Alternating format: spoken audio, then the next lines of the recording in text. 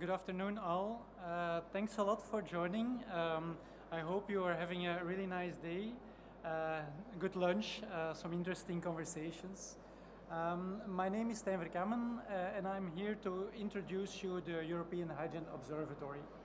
So I'm a director at Deloitte, working in the Brussels office. I work mainly on industrial value chains, hydrogen, low carbon technologies. So before we start, maybe by a raise of hands, who is already familiar or knows at least the existence of the European Hydrogen Observatory? Great, I see a couple people, so some early adopters, that's really nice to see, but also many more who are not yet familiar, so that gives a lot of reason to have this talk to you and introduce you to the observatory. So the observatory, what is it all about? Let's take a look. The European Hydrogen Observatory is intended as a one-stop shop of reliable, accessible data for European hydrogen data on various fronts. We think it's really key to enable, well, actually every market has its needs for data, but especially emerging markets such as the clean hydrogen market. The observatory now is in existence since 1 year and has been established by Deloitte for the Clean Hydrogen Partnership. We're really proud that we can support the joint undertaking on this endeavor and support the making and disclosing data for the wider audience, both industry, policymakers, academics, and so on and so forth. So if we take a look into what does the observatory contain in terms of data sets, please find an overview here. On one hand, you have data sets on production, trade and cost, distribution and storage, supply, technology manufacturing, really key to support all of that. Claim some strategic, let's say, sectors in terms of also manufacturing capacity and the rollout of clean technologies, where Europe, until today, has really a leading role. We also have data on projects and values, policies and standards. These policies and policy frameworks, regulatory frameworks, are super important to enable the market to emerge, to scale, to become more mature, and to evolve to a sustainable and competitive, let's say, market. Research and innovation, we're here in the Innovation Forum, so everything around innovation, patents, publication, as well as training and education is available. And then to close, we also have the directory. But what I will do in a second is actually show the observatory, and I'll go to some data sets, show you around, and hopefully by making some noise here, entice you to also use the observatory. I hope it can really be helpful in your hydrogen endeavors. There are some specific tools, such as the hydrogen calculator, interactive geomaps, and corresponding reports and manuals on this to support actually navigating the landscape and the observatory. So by means of an example, here's a data visualization of hydrogen production in Europe. You'll see that there's quite some, well, traditional gray hydrogen, as it's called, production until to date. But slowly there's also some clean hydrogen capacities being ramped up. It's still in an emerging phase, as we all know, but we expect, of course, this to grow quite substantially. There's many projects that are in the pipeline that will also are visible here. However, what we do is reporting really on objective figures in terms of what is actually already operational or in construction. We don't go as far as putting an entire pipeline of announced projects, because there's also some uncertainty around this. And there's many other sources, such as the IEA, for example, who document these projects. So data objectivity is important. The Clean Hydrogen Partnership, whom we are supporting, also finds and has a lot of importance linked to objective and neutral reporting of what is out there, what is actually happening and what's not happening, such that we can also direct action. One of the tools, or two tools actually that I mentioned, are this so-called GeoMap, where you can filter and see different projects and their location, both on production, refueling stations, pipelines, consuming plants, as well as a calculator for hydrogen. So there's a rather advanced tool behind this, and it's a fully customized or can be customized calculator in the sense that you can select default values, also look into electricity prices in different countries, depending also the use and the source of electricity for renewable hydrogen, of course. But then also it can be customized by changing with your own parameters, and then the calculator makes a new calculation and gives further insights. Last but not least, the Observatory also has a series of reports that are being updated next to the data set on an at least annual basis. So we have a report on the hydrogen market landscape to the left of me, on hydrogen policy landscape and how that evolves. And then, let's say, a third report on the right on hydrogen education and research, really documenting and providing analysis on the data that we gather in the Observatory. And then the third report is actually a report that is of changing subject, but is really intended to provide, in this case, a manual for the LCH calculator and help you to use it in the way that it's intended and that is of most benefit for you. And then maybe indeed, to go back for 1 second, the hydrogen market landscape update is now finalized and will be available very soon on the Observatory. So that's the report on the left. The 2023 version is still shown here, but there is a new report that is being launched very soon. And to already unveil some of the insights, here are some of these key insights that we summarize. So for example, we see that there's a production of 7.9 megatons of hydrogen in Europe to date. In fact, that is a decreased production compared to last year. A lot of it has to do with industrial competitiveness and rather industry in Europe also being under pressure. So it represents 71% of the total production capacity that we have in Europe. You also see the split, a view on the costs average across Europe for different production pathways, end use in the different sectors, as well as the capacity, manufacturing capacity for electrolysis, just to give a couple examples. What I would like to do now is make it even a bit more interactive and show you the Observatory itself, maybe show some more features and help you to navigate it basically. So the report, that is currently being launched on the education and research is here available. You can navigate, of course, in this way. And then you also find some further insights, KPIs basically, on the different components along the value chain. And there's also news and events section, as you can see here, the event, of course, of European Hydrogen Week, and many others are being published here. In terms of the landscape, you can find the data sets that are made available. Let me give you just one example. For production, trade and cost, you see here around production, how it looks like in Europe. Different production capacity. You can switch to the actual production, and you can also take a look into the various production units, let's say, that are existing across Europe.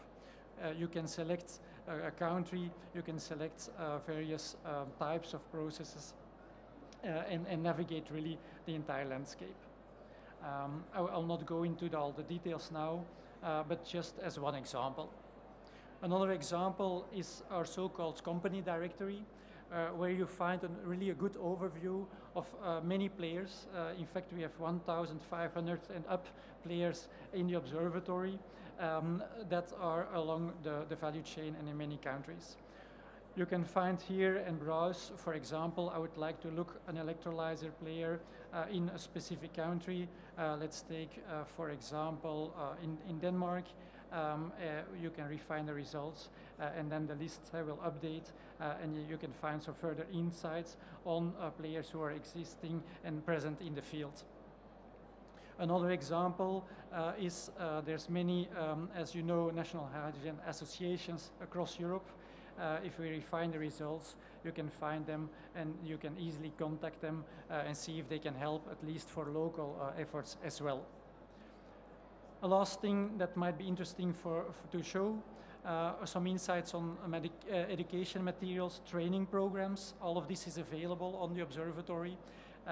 If you would be, let's say, a student or would like to learn more, you can go in and look for different types of trainings, for example, to pursue a master around hydrogen or a specific subject actually, or a subject or a specific country.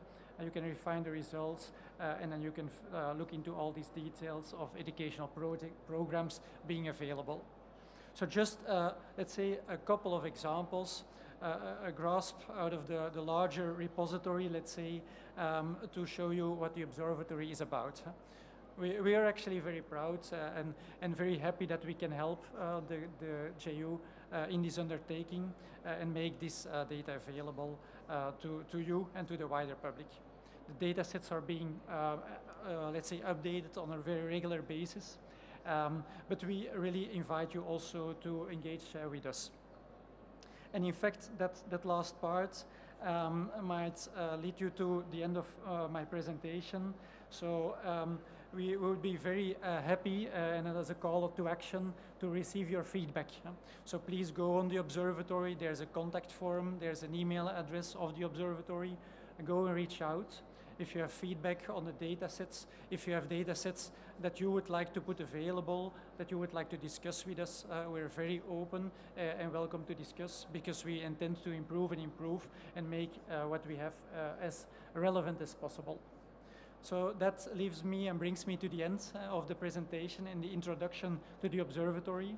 It's been a pleasure to take some time. Thank you for this. And I can only wish you a rather enjoyable experience in the remainder of the day. Thanks a lot.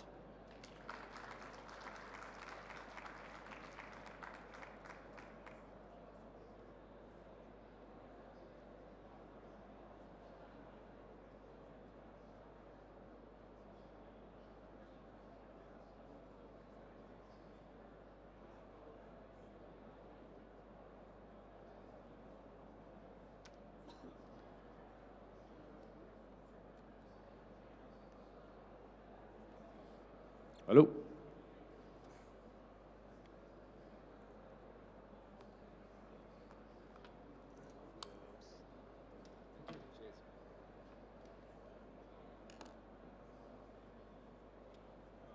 Ready? Go for it. Brilliant. Hi everyone. My name is Alistair Carvell. I work for National Gas Transmission in the UK as a hydrogen innovation engineer. Hello. Yeah, my name's Simon Avery. I'm the lead hydrogen engineer for National Gas in the UK. Brilliant. And we're here today to talk to you about our flagship research project called Future Grid, which wrapped up just a few months ago at the start of this year.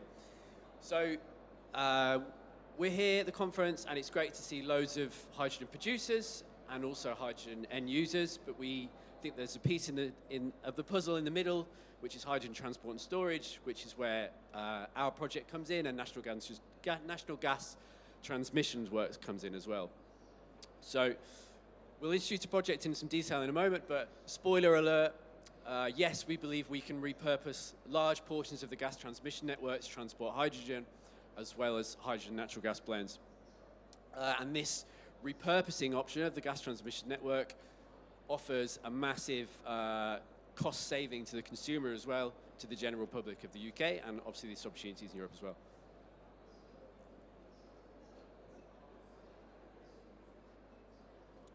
So very briefly, this is a map of the national transmission system in the UK. This is the large-scale transportation of gas currently.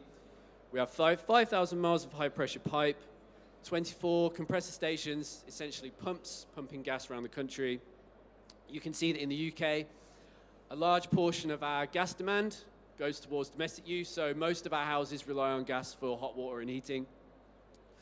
Directly connected to the NTS, we've got a lot of electricity power generation as well, and we also have industrial and commercial end users on the network. Very briefly, National Gas's strategy towards decarbonising. We support the UK's net zero 2050 ambitions. We have different ways of achieving this. So via hydrogen, we have two main routes. Project Union, which you can see on the map, it's our ambition to own and operate a gas transmission network across the UK. We also believe we can support blending ambitions to blend hydrogen into the existing natural gas system. And we also are making feeders available for conversion to CO2 to enable CCS in the UK as well. So to move carbon dioxide from where it's captured from industry and through to where it can be stored out to sea, as well as continuing to operate the methane network now and into the future. So the project we're going to talk about, which Simon has been leading on, which is going to give you a bit more information on, it's called Future Grid. Essentially what we've done is we've gone and taken a load of assets out of service. So these assets you can see on the map and on the list have all seen many years of service across the UK. We dug them up, or we cut them out. We took them to an RAF base, to an Air Force base in the north of England, in the middle of nowhere. It was very safe. Stuck them all back together, and we've recreated a standalone transmission network.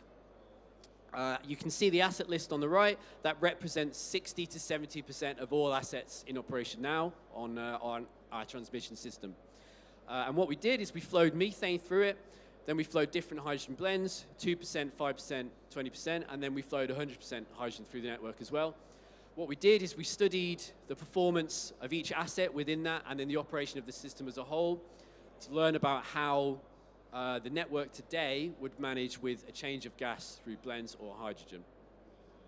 And then just very briefly, here's a kind of a bird's eye view of what we've constructed. So it's a really significant project. It started in April 2021, and we wrapped up just a few months ago, really. So that's an intro to what we're up to, and Simon's going to take you through the nitty-gritty. Yeah, thank you, Ali. So, yeah, now we've got a bit of a feel of what Future Grid is and the sort of testing that we've been carrying out. We're looking at different asset performance and how the assets operated. So what we were looking for was through different blends of hydrogen. So you had 2%, 5%, 20%, and all the way to 100% hydrogen. And what was the behavioural changes with our assets? So we were looking at things like gas pressures in the overall system, making sure that it maintained pressures we could safely contain and operate with the different blends all the way up to 100% hydrogen. Sort of looking at other things like noise and making sure there wasn't too many increases. Unfortunately, there was a bit of an increase with hydrogen at 100%, which is all the way up about 13 decibels, so it's something that we need to mitigate in future. Leakage, hugely critical for us, making sure that everything's, we assumed it would be, if it was natural gas tight, it would be hydrogen tight, and the results of the testing concludes that that is the case, which is excellent for us as a business. So as we provide gas to the offtakes, we have to control that pressure, we have to reduce it, and with reduction of pressure becomes reduction of temperature. So what do? We use preheat. So we use a boiler system to overcome that effect, the cooling effect. So we were running our boilers, all the way up to 20% blend to counteract the Joule-Thomson effect. And what we found as we went through the different blends, we were finding that, yeah, as we went through, it was less requirement for preheat. So finally, hydrogen flux. So does it permeate through the steel structures of our pipelines? Very, very key for us. And the testing concluded that no, it doesn't. So again, it can be contained safely, and we can operate and provide a functional system with repurposed assets. Next slide, please. So again, a little bit more about the performance of the assets. So we need to know how much how much a consumer is using. So what we use is metering technologies. So we tested 3 different types of metering. So we did we use ultrasonic metering. We use an orifice plate, which is the older style metering systems that we use, and we also use a clamp meter. So we were able to test the metering up to about 20% blend for ultrasonic metering, and we effectively had to switch it off there because we haven't got the technology for 100% just yet at the time when we were actually developing and building the site. So yeah, really got some really good information, made sure that there wasn't too many deviations away from the different technologies, and the new versus old gave us some really good results, really promising.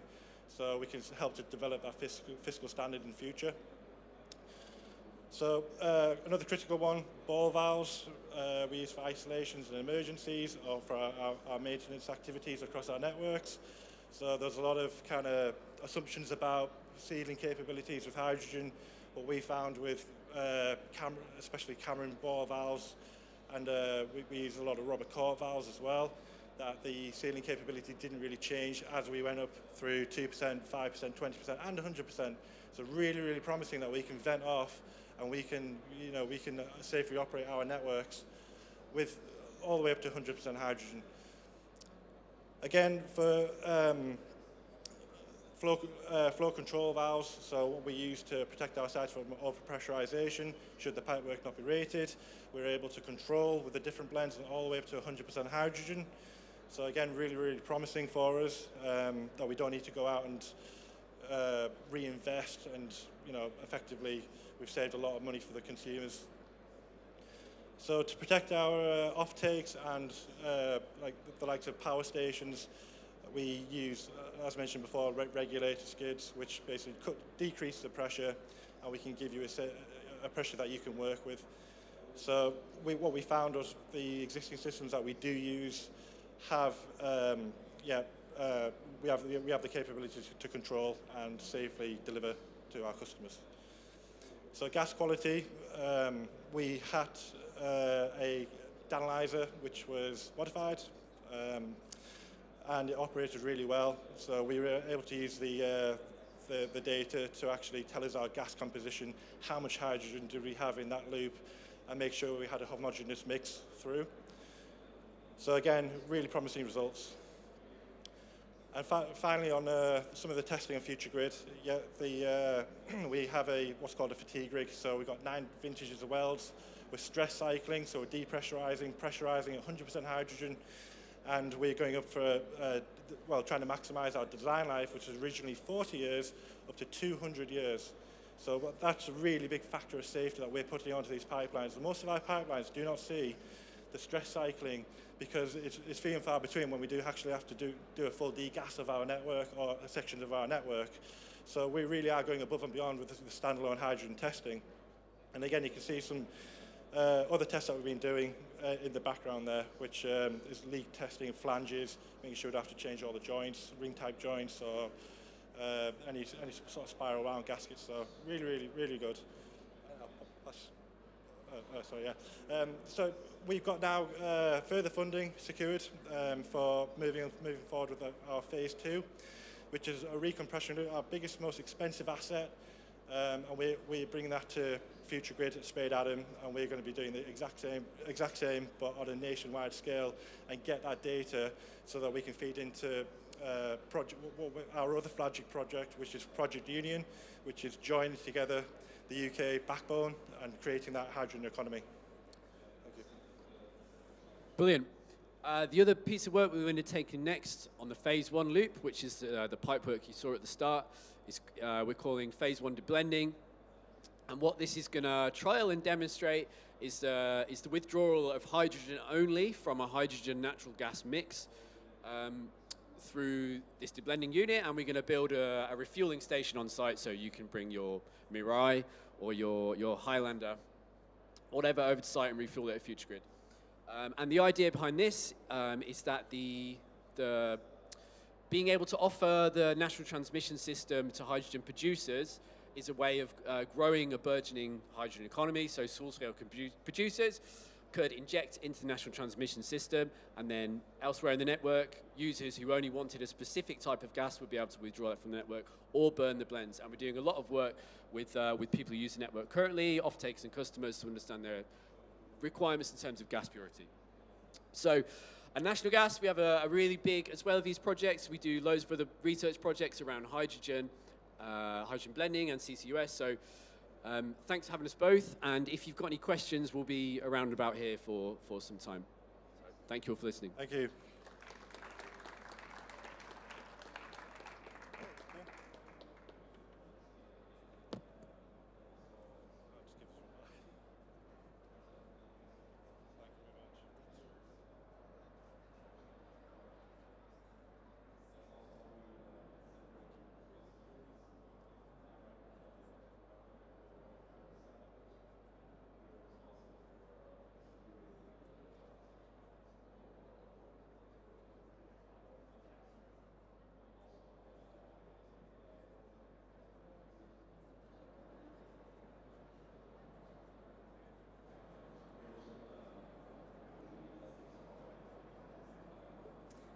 Okay.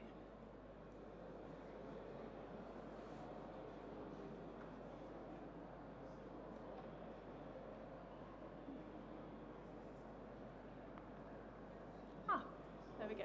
Good afternoon, everyone. Thanks for joining us for this presentation and panel session on the European Hydrogen Refueling Station Availability System. My name's Jessica Pickles. I'm a senior consultant at ERM. We've been working with Spilett NewTechnologies and Ender on this system for the last few years. I'm joined by Nadine Hölzinger from Spilett NewTechnologies. They've been maintaining the platform, and we've been working together with Ender, who have been looking after the technical back end of the system. I'm going to start by giving you a brief introduction to the system. Then Nadine's going to delve into some user feedback that we've gathered recently. We'll have a brief panel session with Gilles, the Chief Operating Officer at DG Move, and FillnDrive, and Saki Gerassis, a Policy and Data Officer from DG Move. There will be time for some audience questions, so keep that in mind. First, I will be introducing the system to you. So, what is the European Hydrogen Refueling Station Availability System? And how do I change the slide?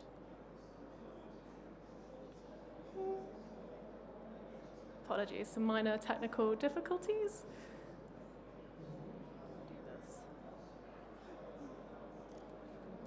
There we go. It's a free public data service that provides real-time availability for hydrogen refueling stations in Europe, supporting hydrogen mobility by providing this information to drivers and station operators. It's been funded by the Clean Hydrogen Partnership since 2017, who wanted to provide a free, independent platform and share this data with the HRS community. The key features of the platform are that it provides updated availability every 60 seconds. The standardized export API means that you don't need to maintain your data across various platforms, and it's used widely across the industry already by key stakeholders like FillnDrive, the TENTEC Interactive Map, the European Alternative Fuels Observatory, and the FCH Observatory. It's also free for anyone to download. In terms of uptake and connection to the system so far, you can see we've had a significant increase in uptake and connection over the last couple of years. And there's also many stations that are looking to connect in the next 12 to 24 months. So the need for this system already exists, and it's only going to get stronger in the coming years as station deployment increases across Europe. There are 200 active users of the platform already, and the number of signal originators is going to double in the next couple of weeks. In terms of our outreach across Europe, you can see that we've got stations connected across the continent, and we've had some connections in Central Europe. That's increased quite a lot in the last few months. You can see the front runners, the initial countries to deploy. They've got some of their first generation stations that are being decommissioned, and then they're looking to replace those with their new technology that's being offered. I'm going to hand over to Nadine now, who's going to cover some user feedback that we've had recently. Yeah, thank you very much, Jessica. I will continue with some information on the users of the system. We just started to track usage of our platform in summer this year. You can see here that we have a constant use of access to our H2 map where we show the data. And we can also see that the data is requested or a map is accessed from all over Europe. So we registered more than 4,000 clicks in the past 6 weeks. So there's a huge interest in this data from a map perspective. So from users, speaks clients who are requiring this information, but we also were asking the other users of our system about the benefits of the system and how they're using it. So we have on the one side, we have the portal users, so the HRS owners and operators who can, as you see here in the down area of this slide, who can maintain and update their data in the portal on their own. We receive automated signals from the station via a different interface, and we saw that they are using the platform and with a focus to inform their customers on latest information, on the state of their station, to communicate with their customers, but also to see the rollout of the stations throughout Europe, which is an indicator that they are also using it to plan new sites and new locations. We also asked the data users, as Jessica said, it's a free data platform, how they are using the information. So we see data users who are creating maps. We see data users who are creating reports. You just heard about the European Hydrogen Observatory. They are also using our data. And there are also databases who share our data with their customers and their clients and other stakeholders. We provide the data via a standardized API in detail, but also on an Excel-based download, which is mainly used by research universities and students. The feedback from the users from our survey in November said that the most liked feature was the free data, but also the real-time data on the hydrogen station availability states and the quality secured data. Asking the users for suggestions for improvement, we saw that they would like to have more features. They would like to use the platform more intensively to share other information, to increase the functionalities of the platform, to import other information, so to make more use in the future of this platform. From the data user perspective, they also ask for more detailed information. They ask for planned stations. For the moment, we do not share planned stations, but we have, as you saw in the registry, we have lots of planned stations. So we may think about sharing also this information, and they are asking for consistency with other databases in Europe. We have progressed in this regard a lot in the past, so this is the central repository in Europe. We're working with all of the main players and stakeholders in this regard, and further improving easiness of data processing. From the signal originators, they were all very satisfied with the interface and with the technology solution we provided to gather the information on real-time availability signals from the stations. So they get very well along with existing standardized import API. They said that the required update frequency of 1 minute is feasible and suitable, and they would like to get informed on changes in the import API via mail. So this is an easy and uncomplicated way to also communicate changes and further develop the APIs from their side. We have today on the panel, we have Gilles and Saki. Gilles is kind of our super user, as he is 3 users in 1 person. So FillnDrive has been the first company who successfully used the standardized API in our system. So they have connected more than 30 stations at the moment via their import API, so they're sending signals from stations, but at the same time they are using the information, and they are also supporting HRS operators in maintaining the data sets. So they know all the different perspectives. And Saki from DG Move, he will talk to you about maybe the future of the system as as Jessica said, we started in 2017. Now questions arise, okay, how is it going on with the system? Will it be extended or not? And we are talking with Saki in a minute regarding this. But first, Gilles, thank you very much for your perspectives on the topic and your experiences with the system. Test. So thank you, Nadine. Yes, FillnDrive is a digital solution provider for the H2 distribution value chain. We also work on the gas value chain distribution. But, and as a solution provider, we equipped a lot of hydrogen stations all over Europe and also in Oceania. And as Nadine said, when we launched the company 5 years ago, Nadine was already launched the platform, but we very soon proposed to our customer to be connected directly to the European platform and sending the live status data, which from our perspective and from the customer perspective is the most important. Be able to, in real time, every second, in real time, share the live status of each station when you are deploying a new type of infrastructure for a new type of energy. It's very, very important. It ensures the customer, the driver, and it makes the, I would say, the deployment much more trustable. So when we work with the platform, at the very beginning, of course, it was not so easy, but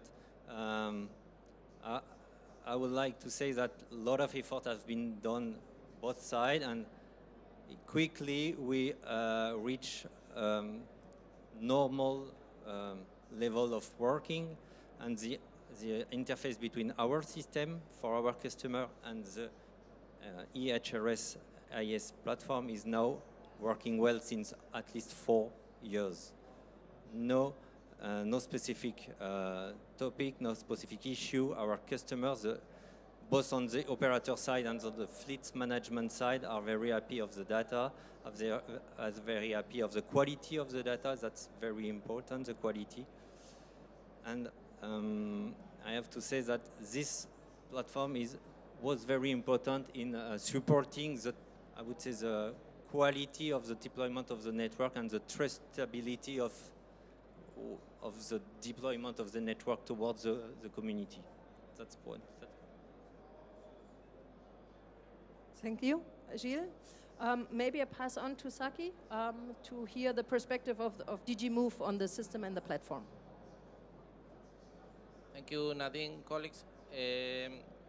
Yeah, I'd like to start maybe from the European Commission side also to provide a bit of an overview of what we do, also to explain what is the work we are doing, right, to ensure the accessibility of data, in this case about hydrogen refueling stations. So in my case, I'm part of the team that we are responsible about the alternative fuels infrastructure regulation that possibly several of you know in this audience. And this regulation that started to apply precisely this year, in April 2024, has two main focus, let's say. On the one side, it aims to ensure the deployment of physical infrastructure. So for that, we have concrete targets to ensure that hydrogen refueling infrastructure, also electric recharging, etc., is in place, physically speaking. But on the other side, we have a number of legal provisions that aim to ensure the quality of this infrastructure. So typically that when we use this infrastructure, there is harmonized payment systems, but also when we talk about data. And why is data important? We need to ensure that hydrogen refueling infrastructure is easily searchable, so people can know where it is located and what are the characteristics of this infrastructure. And here it's very important, for example, when we talk about hydrogen, to understand what are the specificities, what is the pressure, it is devoted to what type of vehicles and what services. So for this purpose, in the regulation, what we aim to ensure is that a number of data types are made accessible at the European level based on the obligation that operators need to make this data available at no cost. So this is our main focus, so to ensure that there is no barriers to ensure the openness of this data. And afterwards is where this solution that has been presented today, and thank you very much because we believe you are doing a fantastic work, really, in order to ensure that this data that operators make available is later on accessible at the European-wide scale to data users. And data users, we talk about individual companies, research, organizations like universities, but also small startups or SMEs or whoever who wants to have access to this data. So I think, at least from the AFIR side, we are very happy to see these developments because it, as you can see, has all the ingredients on how the hydrogen refueling operators are cooperating on a single platform. Very important, the fact that we are talking about standardized APIs. This is also very important to simplify the cost and ensure that all the infrastructure is cooperating together based on the same interoperability principles. And now the most important for us from the Commission side is to ensure that data is monetized and used at the end of the value chain, basically when services are delivered to the end users. So everyone that has a hydrogen vehicle and wants to know where is the next station near this venue can easily go to the phone application, and all these organizations, all the industry can develop these applications based on the data that is openly accessible. So this is a bit our core, and I wanted to start today from this perspective. Yeah.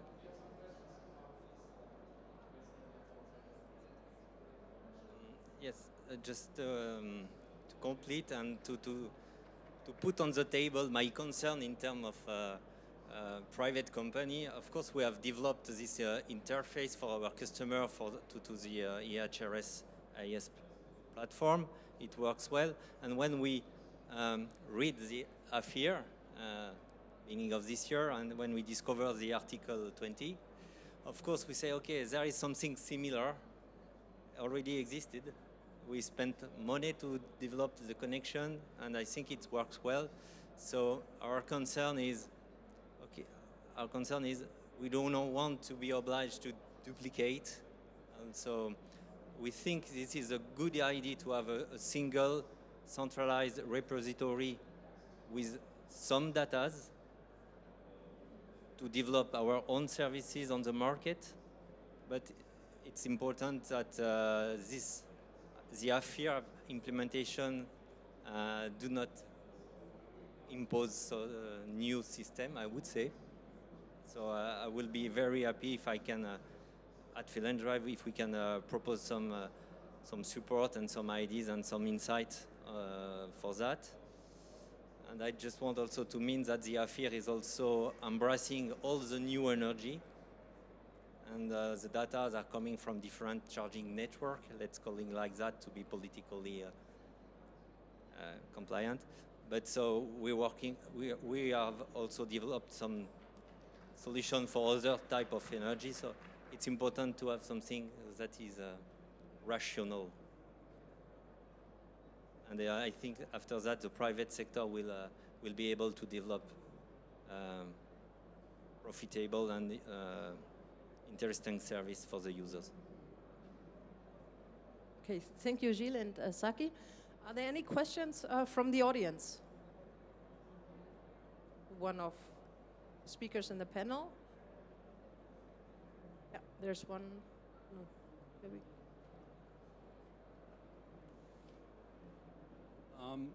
Is there a way or means of making the implementation of this data provision for HRS operators mandatory?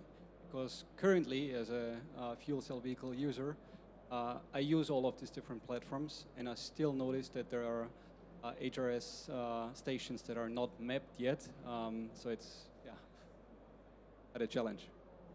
So in the past, the system, at the moment, the platform as it is, was thought as a service to the clients, to the customers, to the car drivers or the truck drivers who would like to get this information. So it came from a service perspective, but I think with the AFIR, it will become mandatory as this information needs to be transported. And the question is, okay, instead of just doing it now and then somewhere diversified in different platforms, it would be, and I would agree with Gilles' perspective, that it would be good to have it in one central platform, and then it will become mandatory. But maybe, Saki, you can give some more details. Yeah, thank you, Nadine. And I think it's a very relevant question. Also to explain a little bit what AFIR implies in terms of legal provision. So Article 20 clearly specifies that all operators of, in this case, hydrogen refueling infrastructure, need to make available a number of data types at no cost. So that means that partially, I mean, in the future we'll need some adjustments if you look now at Article 20 of AFIR, but basically a number of commonly known data types that are considered essential in terms of the location, availability of the refueling infrastructure, also other aspects like, for example, considering the pressure, etc., operational parameters, right? You can see in Article 20 that those data types need to make available at no cost. And later on, and importantly, this is mandatory, okay? This is an obligation at European level for all hydrogen refueling infrastructure operators. And on that basis, and thinking that we ensure that all these data types are the same for all operators, so we have a common layer of data at the European level, later on, this data is being made accessible to data users. And here's where the hydrogen refueling system, the availability system, the platform enters into play to ensure that there is a single platform that makes accessible this data. But also it's important to mention that this is also a private and public operation because, you know, we work closely also with member states, public authorities, but also ourselves in the Commission. We have great interest about this data to have knowledge about what is the current deployment of infrastructure, what are the characteristics of the infrastructure, and so on. So for that also, we have our systems in place with member states that are called the National Access Points, that are IT repositories where all data on alternative fuels infrastructure, not only hydrogen, but also electricity, electric charging, CNG, LNG, etc., is also being made available, and that users can access to it. So what is important for us, and indeed building on the fact that we have a common obligation for all operators, how we ensure that later on this data is being made accessible. And for that, again, this system is very important. And also in the Commission, we have our European Alternative Fuels Observatory that aims also to provide a common view information, but thinking also on public authorities, right? Because from the Commission side or member states, we do not intend to develop competing services, right? We don't want to develop an application that tells you where is the hydrogen refueling infrastructure located, or if it is free or not, etc. So for us, it provides valuable policy insights, whereas on the other side, this system and this data helps the market to develop competitive services about the quality of the infrastructure. But indeed, it's very important, and I'd be very happy that after the panel, everyone has the knowledge that there is an obligation that ensures that all operators in Europe need to provide this data. So we have the same data that is interoperable and easily understandable, right? So we could compare what is happening in Belgium, what is happening in the Netherlands, or what is happening in Italy. And this is for us very, very important indeed. Thank you, Saki. Are there any other questions from the audience?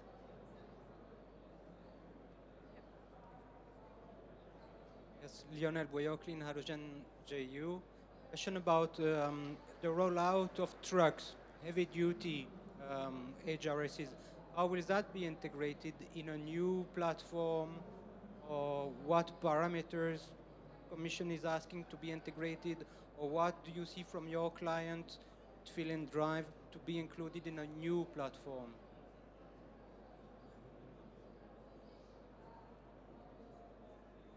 So the platform as it's designed at the moment is flexible. So it has data categories, it has an interface for import and an interface for data export, which is, once connected, easily to change. We need to notify the people who are using the data or sending the data, but we can flexibly adapt everything in the platform. For the moment, we have like a limited fuel type variety, let's call it this way. We have 700 bar cars, we have 350 bar cars, and 350 bar heavy duty. It was formerly buses, now it's trucks and heavy duty, trucks and buses. But this is easy to replace. It's just like one data category that will be added. We will need to talk about other dynamic data like prices. So I guess this will be a huge discussion, because I already heard from operators who are kind of sensitive about this information, but I think this is the work of the AFIR to do and to force, but from a technical perspective, the platform is easily to adapt.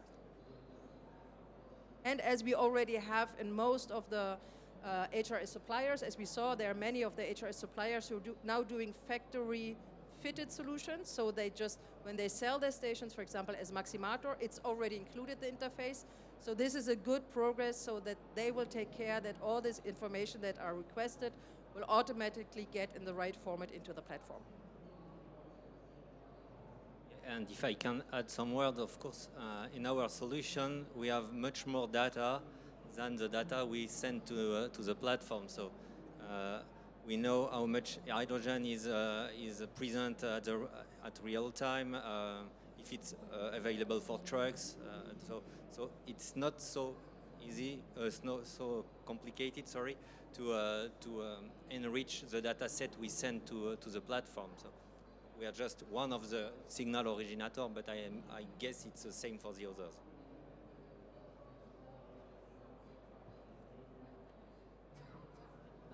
All we have time for today. If you want to have a look at the map, you can go to h2-stations.eu. And if you have any questions, please come and ask one of us or get in touch via our website. Thank you very much.